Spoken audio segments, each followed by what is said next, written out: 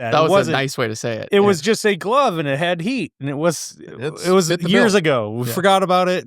Good thing, because the new ones you have, we walk up to it, and you're in the eye. We're both like, "What in the world are these?" We both put them on. We both turn them on, and the first words out of our mouth was like, "Holy crap, this thing's hot!" Hey everybody, I'm Eric Ani from MechanicalHub.com. I'm here with Andy Mickelson, my co-host. We are the Make Trades Get Again podcast, joined by Wes Thomas from Milwaukee Tool. Wes, can you just give us a little idea of what your position is within Milwaukee and what it is you're working on? Yeah, so I'm a product manager and I oversee our apparel categories. So we have heated gear, we have workwear, everything under both of those. So my teams are doing everything with our batteries inside of our clothing, as well as everything that we make clothing-wise that doesn't have a battery, right? So everything you've seen in the last couple of years with pants and shirts, hoodies, vests, all that under the sun. So Milwaukee's not new to the heated gear game, right? What was the thinking behind, starting the heated gear line? Yeah, it's a good question. It's actually, I don't want to say accidental by any means, but it was something we got into back in 2010, actually. So at the time, the M12 system, right, was fairly new, a couple years in the market, and we were really looking for opportunities to add products to the M12 system. And it was something that, teams at Milwaukee at the time, I wasn't here at that point, but it was something that they came up with an idea. Hey, we could put a battery in a jacket. There'd been things in the market that had existed with heated clothing for a couple of years, pretty niche, very, very small volume. And so they tried it. They launched one red jacket in 2010. And it was definitely something quickly that caught fire, not literally, but Thankfully. definitely, thankfully. Not today either. Still doesn't catch fire, but it was really, that was where the start was. And grew pretty quickly and grew a lot of interest and fan favorites from the beginning. And then from there, it's really been just a journey for us, turning from a hobby into something that we really are very committed to and see a ton of value in. You guys' early models, you said 2010 is when the first heated gear jacket hit the market. Working off the M12 platform, we saw that platform of tools grow significantly. Fast forward, or I guess looking back first, those first jackets, they're not even close to the same garments you guys are making now. I mean, you're not using the same materials. You're not putting the materials together the same way. I'm not sure if those first jackets, those first iterations of heated gear were you guys making them in-house, or was that made outside of Milwaukee at that time? So it was still something that we were very much in charge of designing. Right. We were, at the time, our expertise and still today, especially our electronics expertise and all of the things that went into the heat tech, we were partnering with other manufacturers who had some expertise in the technology, and we were dictating all the designs, right? Yeah, still doing the feedback with the pros. But it looked very different. The team that was in charge of, especially the actual jacket part of it, was the same team that was working on drills and vacuums and everything else at the time at Milwaukee that was maybe a little bit less specialized. So that has been the biggest thing over the years. We've invested in the technology, pushed the boundaries on all of that over the years. And then the last really 5-6 years in the market, you started to see the clothing itself become a lot more quality, intentional, all of those aspects. And that's where we've invested and hired the people from the industry that have the experience in how to make clothes and how to do it right. And so we've taught them the Milwaukee way, and they've taught us so much about how to make a good piece of clothing. Right. Yeah, because it changed things for you. Now your products are developed and fully in-house now. So it's different from where you started. You guys had to grow into where you saw this kind of business segment going, right? Yeah. And you brought up at the very beginning, you not only deal with the heated clothing, but you deal with all the new development, really, because it's been new for you for not so long. Mm-hmm. It's pants, shirts, sweatshirts, things that don't have batteries in them. How is that segment, what does that look like for Milwaukee in the future? What do you how many SKUs do you have now? Where is this going to go? Yeah, SKU wise, we have at this point a little over 1,000 SKUs, which is crazy to think about. I mean, when you think about it in actual product form, it's a lot less, right? You take all the sizes and colors and all those things out of it. You funnel it into the core things. For us, it really has been like any other category. It's like, hey, we learn in heated gear, this is something that people care about in the trades, whether you're a plumber, you're a remodeler, you're HVAC, you name it, right? You guys are passionate about your clothes and what you wear. And a lot of guys view it as just as much of a tool as it is for them as their hand tools or their power tools, and sometimes even more independently and personally passionate about what they're wearing. So for us, that was the biggest learning. And then we're like, we have to do this right. So we don't jump into any category. You've seen how we've gotten into pack out and expanded in storage. You see how outdoor power equipment, we've taken it slow. We learn, we invest, we do it right. It's the same thing in this space. And for us, it was something that to get it right, we had to bring the right people in, take it slow. So in 2020, we introduced the first couple of products, right? We had a pocket tee, we had a hoodie, a couple other shirts, and we missed the mark on some of those things. And we knew that. But in true fashion, we iterated, we went back to the well, we got more feedback in the field, and we listened to figure out what it is that was actually going to be worn on a day-to-day basis and cut past the mirage of a power tool company making a piece of clothing. And knowing that we have to earn the credibility in that space because it's not given when it's a Milwaukee logo on a t-shirt. Everyone's first assumption is, oh, that's just, who's making it? Some random person, they're just throwing their brand on it. So for us, that's been a very intentional part of that journey is to build it out and grow it. And, you've seen the collections, everything into the market the last couple of years. That's really the path that we're on, is making products that are benefit driven.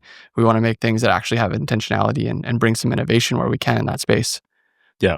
I mean, one of the things that I think a lot of our audience looks at in terms of clothing, right, is like you said, oh, we made a pocket tee. Okay, whatever, it's a pocket tee. You look back at like some of that early heated gear stuff, some of it's still around out there. I've got a gridiron vest that's probably one of my most favorite, like, mid-season workwear. I rarely have the battery in it, but it works. It's functional. Looking at what you guys have got on the floor today, what are some of the problems that you guys have identified that the rest of the market hasn't? That's a really good question. Yeah, sorry, go ahead, finish. Yeah. I'm just curious because it's like you look at this. This is the product that's sitting out there is very well refined. I haven't seen it before. Thank you. It's cool. Thank you. I think in heated gear, it comes down to the technology. Like that is first and foremost, and then we want to get the garment right as well. But the heat and all of that, that's the reason you're buying that type of a product. So that's the biggest thing. When you look at the mass part of clothing, right, it applies to heated gear, but especially in workwear, the everyday purchases, the more high volume, you're going to own 4, 5, 6 of a certain shirt or a certain pair of pants or whatever. I don't think there's necessarily anything that nobody is aware of. I think for us, it's listening, spending the time to understand, okay, for example, we launched the tech pants, stretchy, they are lighter weight, they're flexible, they still have all the pockets.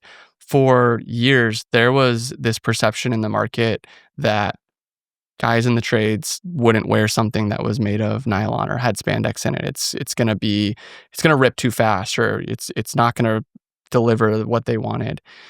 The reality is you can make things that are just as durable, if not a lot more durable in those materials.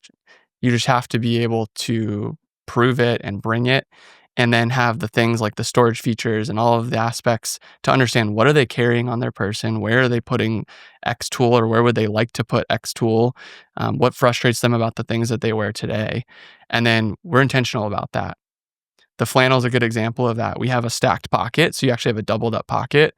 Guys wanted to be able to put their phone in one part of it, and then they wanted to be able to put, nails, bits, screws, whatever else, a knife, blade replacement, whatever else they might be carrying every day, and be able to do that at the same time. And a lot of times when you have double stack pockets, if you put something in the back, it bulges out and it completely blocks you from using that other part of it. So that was something that we put an intentional design around, to have an expandable pocket that would flatten. And it seems small, right? It's one example, but now maybe that's your flannel that you choose because it does all the other things really well that you wanted, but it has that one little thing that solves one little minor annoyance. And I think that's the cool thing about clothes is there's like this open ocean of preference and, personal situations and everything. So we just try to bring as much objectivity to the subjective space and try to put products out there that we're really confident are going to be utilized. Where do you think that the designs and the material selections and just how things are constructed are coming from most? Is it like one specific industry? We see a shift in like footwear out in the marketplace by the major players putting together good boots for us. And you see a shift from like this traditional mock toe, wedge sole boot like I'm wearing right now to like a sportswear type of themed, fit and finish because for like comfort and performance and footwear. Are you guys looking at like sportswear for your guidance, or at least, using that as an example? Like this is clothing that's functional, but also comfortable. Are you looking at those kinds of designs to bring into like prove fabrics or methods of joining fabrics together and stuff as like when you're in the prototype, when you're in the design phase? Yeah, honestly, I think we look at every part of clothing to figure out what can we learn from it and pull into this space. The great news, the great part about this industry is that it's very like flexible, and everyone's open to sharing a lot of that information. So if you look at athleisure and that trend that happened, I don't know, right before COVID and then spiked with COVID, that wasn't at the time, 2020, 2021, that wasn't something that had come into the trades, right? The flexible pants, those things hadn't made it to this world yet. But that was where we were looking, okay, like, hey, this is something that people in day-to-day life love. Why not be able to bring something like that in the right way to this world? Which is why you need pants like this, but they have to be durable. They have to be able to stand up to at least the day-to-day that you're going to go put it through. But yeah, we're looking at athletics, hiking, outdoors, looking at our own industry, right? There's a ton of good brands out there in the workwear space and that do a lot of good work. So we're taking inspiration, influence, what do we like, what do we not, seeding our own products, competitors' products. Hey, what do people like, not like about them? And trying to put all that together into a package that we think is going to be a good solution for the type of product that we wanted to bring out. Andy, what do you think you're like most, you're looking at pants, like you're wearing the new Milwaukee, the tech pants. Thanks for, you gave us samples. It's great. They're awesome. I've actually been wearing the other color for like 3, 4, 5, 6 months.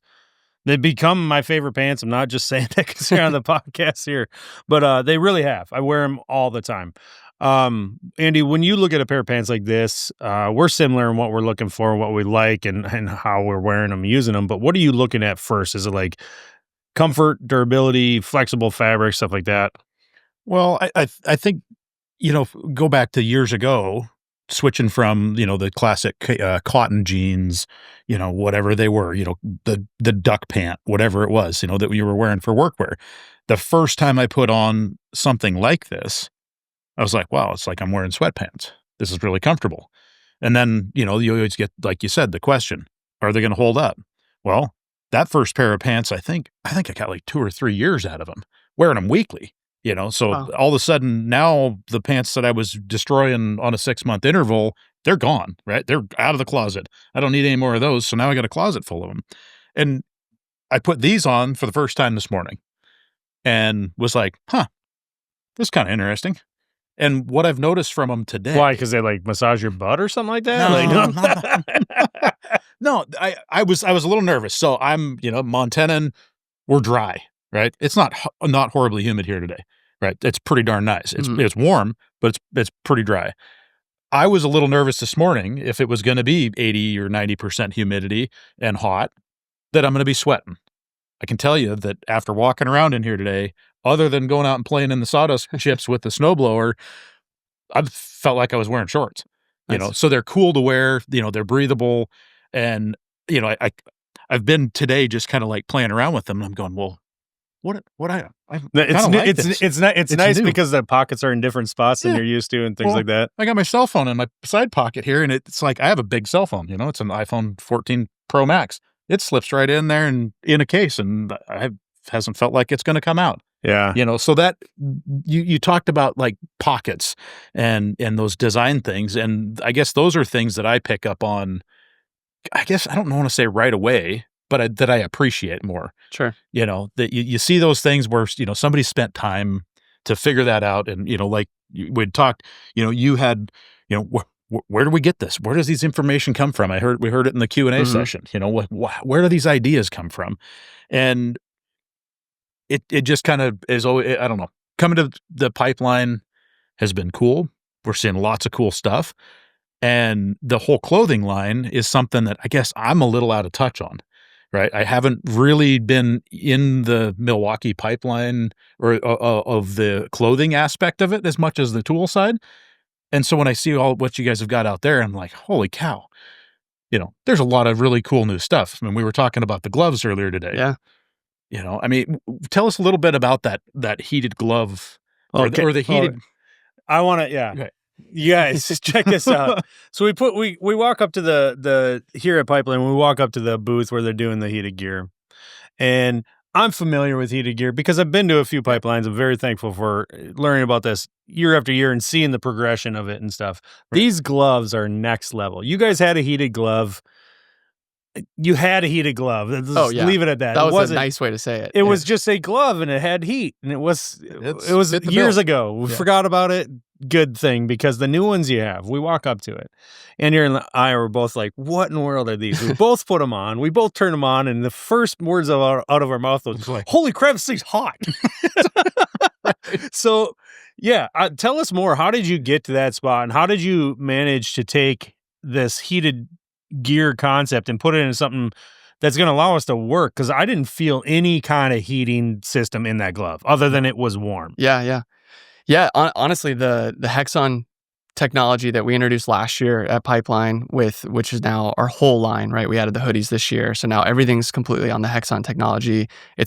Today it's a carbon nanotube based technology. It's very flat, flexible, thin, really durable still, right? So you can still wash it many times more than anybody would actually sanely wash their jackets or a pair of gloves, obviously.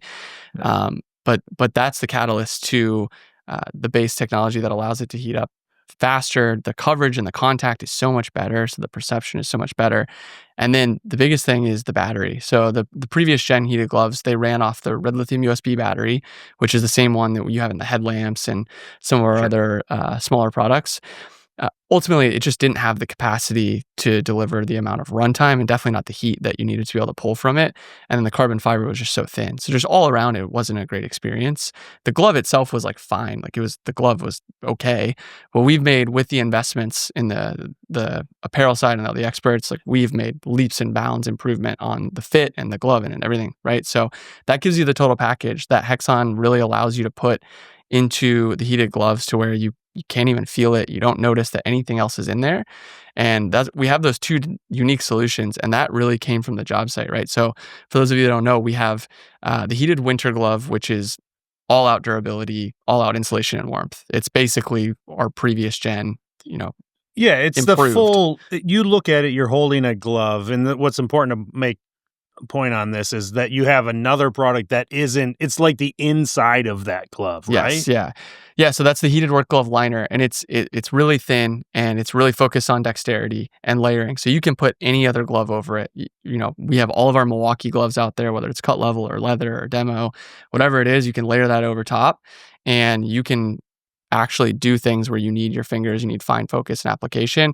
And that came 100% from working on sites and understanding, before we even started making the gloves themselves, what are people doing in the winter to keep their hands warm? And the reality is nothing works today, right? Either layering 2 or 3 over to just get longer period of less cold. You're still cold. By the end of the day, your fingers are just numb. Or there are heated gloves in the market. A few people are using them here and there, but they're not durable. They're not made for the job site. And the heat is nowhere near what we're putting out with Hexon. Well, we've seen it over the years. How many times have you met somebody that's using those hand warmer packets? Those can cause chemical burns on your skins for prolonged, experience or exposure, or if they break open, things like that. I mean, is it likely to happen? Maybe not, but they're not super effective. They don't last. Yeah, they just don't last very long.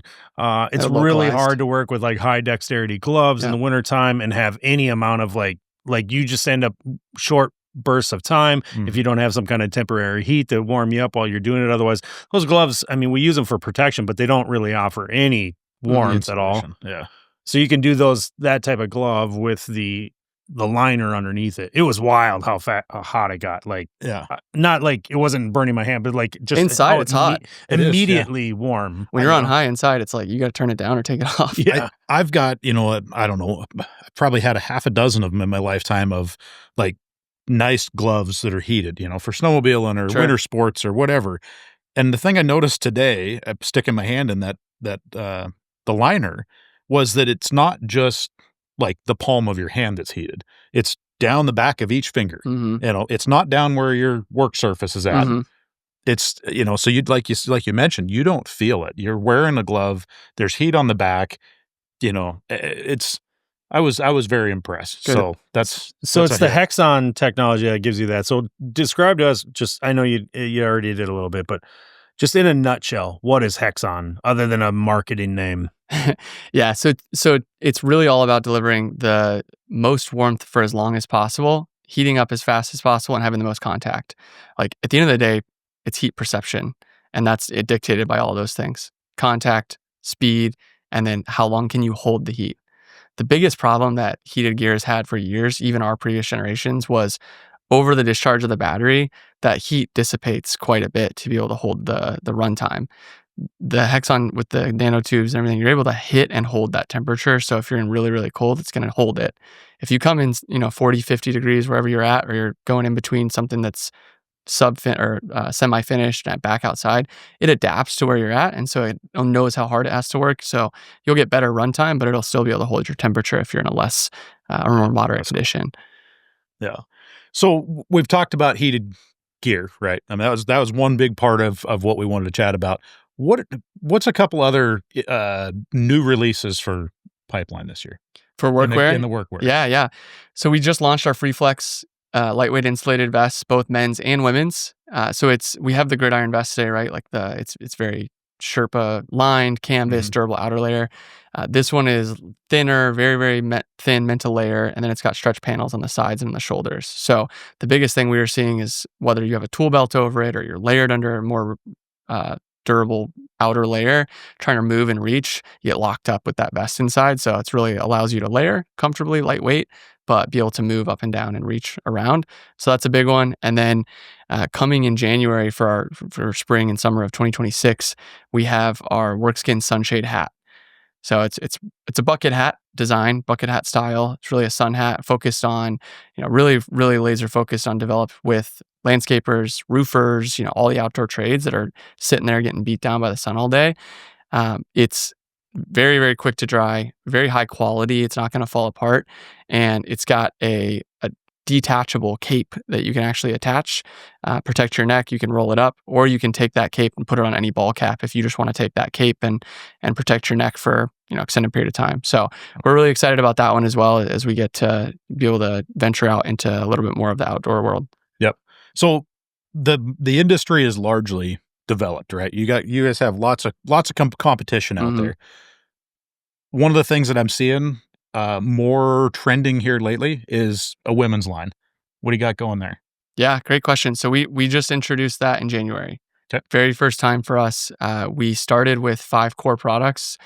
We have our pocket tees, which is gridiron pocket tees, FreeFlex hybrid tees, and pullover hoodies, FreeFlex pullover hoodies, and then the 2 pairs of pants. So the hoodies and tees are iterations of our men's, and that's a space where in women's workwear today, it's either, fashion type fabrics or cuts, or maybe it's durable enough, but they don't have the right storage, right? Their pockets are too small, or they don't actually have the pockets that they need to work.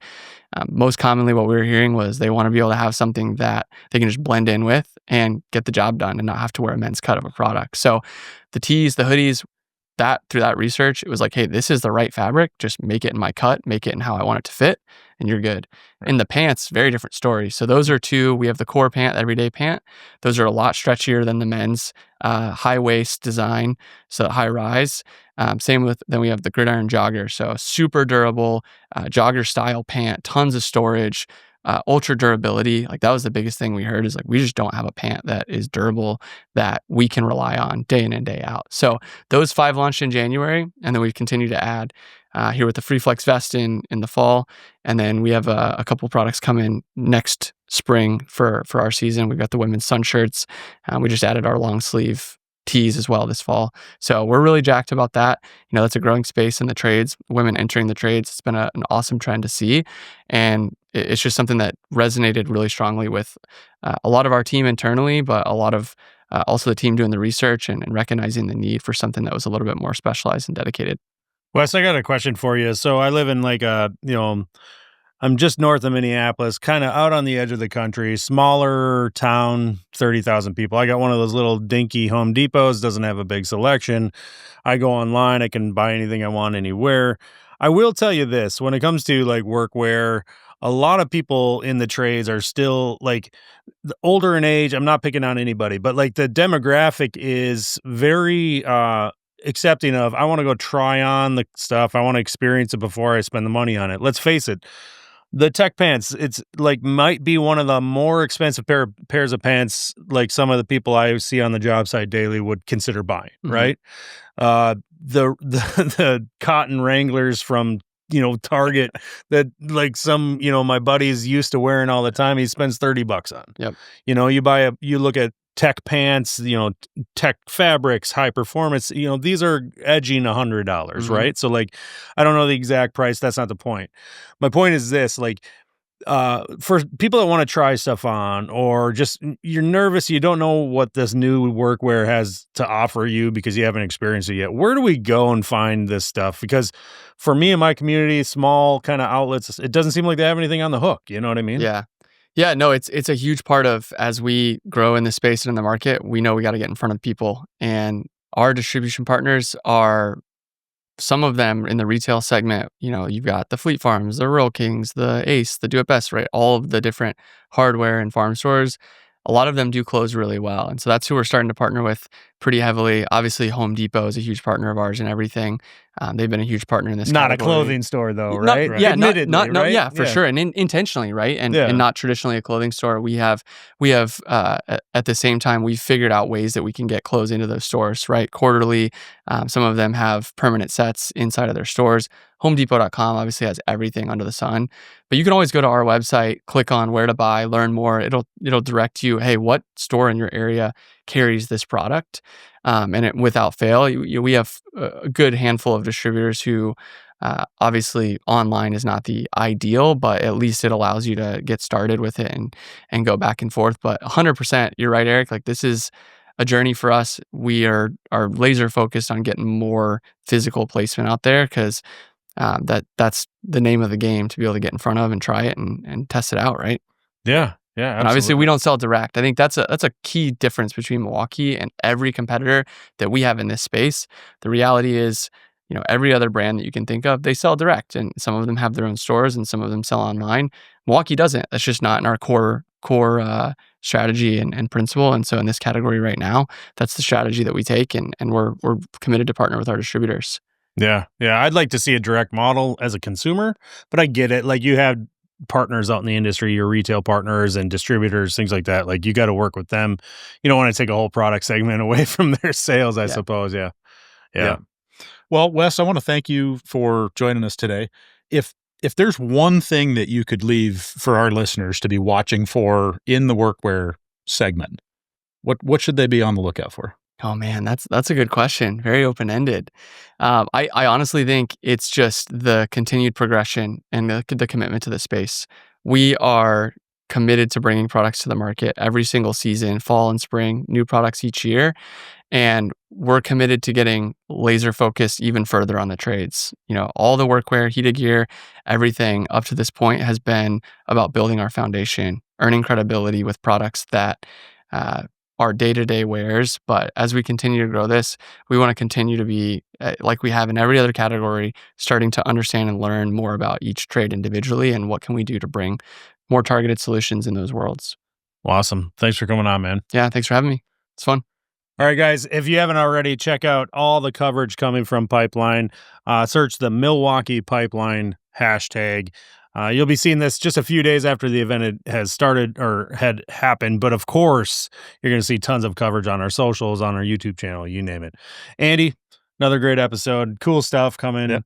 I'm jealous that you wore those pants all day long. They look way more comfortable than I ended up being in my denim jeans. Just wear them tonight. Cotton flub. I'm going to wear mine to the... yours are all dirty now from cutting wood and everything. I'm going to wear mine to the dance, and everybody's going to be super jealous of me.